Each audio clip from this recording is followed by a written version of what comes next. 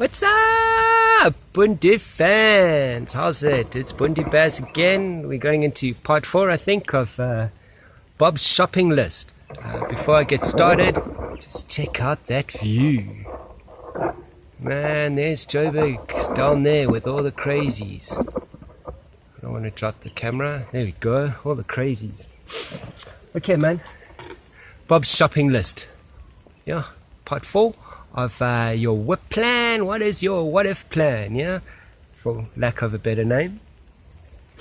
So Bob suggests after the 5 basic foods, yeah, the base foods, rice, pasta, couscous, beans and lentils, yeah, we can mix them together, we can eat them on their own, or we can add to them, like I said. The next thing would be oats. Yeah, rolled oats, jungle oats, that's a good thing, especially for breakfast. Also got some good calories in there, you know, high energy food. Maize meal is also good. You can get a 5 kg for like 40-45 rand. Yeah, it can last a while. Easy to cook. Maize meal, pap, putu pap, mini meal. Yeah, that is eaten throughout Africa, and it's a good staple food. Soya mince is also good. Maybe not 100% healthy. But we're in survival mode, really. We just want to, you know, have food that can last long, easy to prepare. Soya is quite a versatile food stuff. Yeah, I mean, you can make stews from it. You can cook it on its own in a bit of water. You can leave it overnight in water. You don't even need a heat source. To the extent where you can make like meatloaf from soya mince. So that's something to consider. It has many options, many uses. Soup powder, soup mixes are really good to get. Why? Because you can make sauces out of them. A bit of creativity, you can add them to your base foods. Yeah, and that just extends everything. And then you're not eating plain rice and lentils. Because if you ask my son, he don't like rice and lentils. We've lived on it long enough, eh? Cool. So those are just the basics that one should look at rather than going mad and just buying everything off the shelf. Yeah, we want to buy wisely. We don't want to buy more than 2 or 3 of something. Buy what you normally get and get one extra. Yeah, it's also budget related. And then there's those extras, those feel goods. Yeah, we can kind of do without, but we don't really want to or have to. And one of those would be sugar, man. Sugar, sweetness, you can mix it with a lot. That would go straight to tea and coffee. You know, tea, coffee, sugar, hot chocolate, Milo, all those things go together, and you need to have that. Yeah, you don't want to run out of that. Again, if you do running low, you go to the shops, you buy it. It's not the end of the world. Peanut butter. Peanut butter is a good thing to stock up on. If you are going to go buy 1, buy 2. Yeah, peanut butter and Bovril. Yeah, man. Our experience when we were traveling the island, South America, 7 months of sort of survival food and really just slamming it. Our captain of the yacht that we were on, he had a box of good old Bovril, you know, South African Bovril. Man, we could have gone another 6-7 months on the same diet just with that bottle of Bovril. So happy food really goes a long way. A good cup of coffee in the morning can make a dull evening brighter. There's something nice and warm to drink in the evening. A good meal can really just uplift people, you know, and uplift a family. Because I'm sure in 21 days there's going to be some cool highs and there's going to be some really crappy lows, you know. And a decent meal without panicking is always a good thing, especially in a survival situation. Okay. Cool. And another thing, condensed milk. I know that milk and the farmers and dairies are still going to be out there. Supply and demand will still be running. We won't have to worry. But condensed milk is always a good thing. Comes in a tin. It kind of has a really extended shelf life.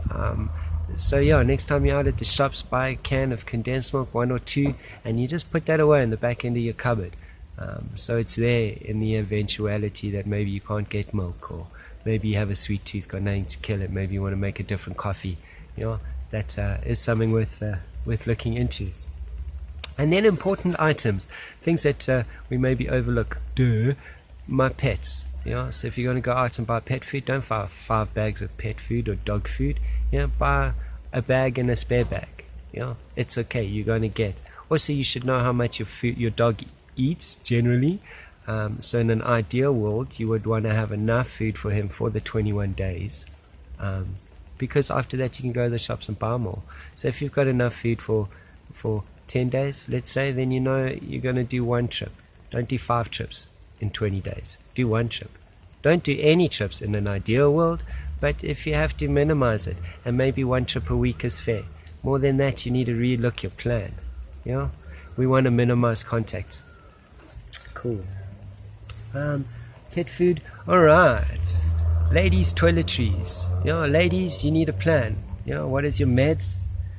We'll get to that. Okay, your ladies' toiletries. As a guy, we don't take very much notice of that stuff, but we should, and we should be prepared for our partners, our family. We should know what's going on, and it's important. If you're going to go out and buy an extra packet, extra box, however it works. Plastic bags. Man, bin bags are more important than toilet paper, in my belief. Toilet paper is cool, don't run out, but we're not going to. We have our own manufacturers in South Africa. But plastic bags are a good thing, especially the heavy-duty green ones, or maybe those orange ones. They cost a bit more, but those are solely for your poop. Okay? In the unlikely event that the water stops and our sanitation stops working, what are you going to do with your toilet paper and your poop? So just a heads up, if you're interested, I'll go into greater detail on this, but just quickly, military style, survival style, it's easier to just poop in a packet. So if you can't get rid of your poop, we're in trouble. There's no reason why we shouldn't be able to. Health and sanitation is on the ball. They say they've got everything going and they've got everything in place. But yeah, it is something good. Put it in the back of the cupboard. One day when the toilets stop working, you don't have to panic. Okay, cool. Medical supplies. Man, disinfectant. Hey, disinfectant. Savlon, Dettol, that's a good thing to do, especially over this 21 days. You kind of want to clean up after yourself. So within a house, wherever your movement, go outside, come back, you want to regularly just wipe down your surfaces, including the floor. So if you wash your house once a day with Dettol or some sanitizing sort of agent, disinfectant, is it 100% effective? You know what? It only works if you make an effort. So make the effort. And in this time of stress, I suppose it would be good to update any scripts or any medical paperwork. Just because people are going to go crazy, and it's got nothing to do with the virus, it's got to do with the crazy people. So if you get your stuff organized, it just minimizes the stress in your life. And then by minimizing the stress in your life, life is a little easy. You don't have to worry about the crazies. So sort out your medication with the doctors and that. I see a lot of stuff is done online now, just a phone call away. Sort it out, organize a pickup date or a delivery date. It's not a big thing. Let's get on it now. Get extra meds as well. Tell your doctor maybe you want another month's supply. Just in case of. And if nothing happens, you keep it, you carry on with your supply. You've always got a stock hidden away at the back of the cupboard. And that's the secret, people. Having a little bit just stocked away in the back of the cupboard. We don't have the ability to store food for a year. But if we could store enough food for a week or a month, just quietly, without breaking the bank, the next time something like this happens, we're in a much better position. No panic, no stress, it's okay. Cool, man. And then it's important, make sure you have a first aid kit. If you don't have a first aid kit, go get a first aid kit or go and update the current one you have. That's worth doing. Bleach and water purification. Man, get Jack, maybe some purification tablets or something, in the unlikely event that you need it. They're just good things to have. And again, good things to have thrown into the back of your cupboard. Maybe you're going to use it in this lockdown, maybe you won't, but at least it's always there when you do.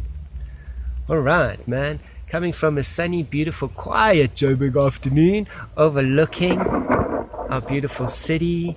Blessings to all. Let's not panic. Don't panic. It's okay. Bundy Bears out.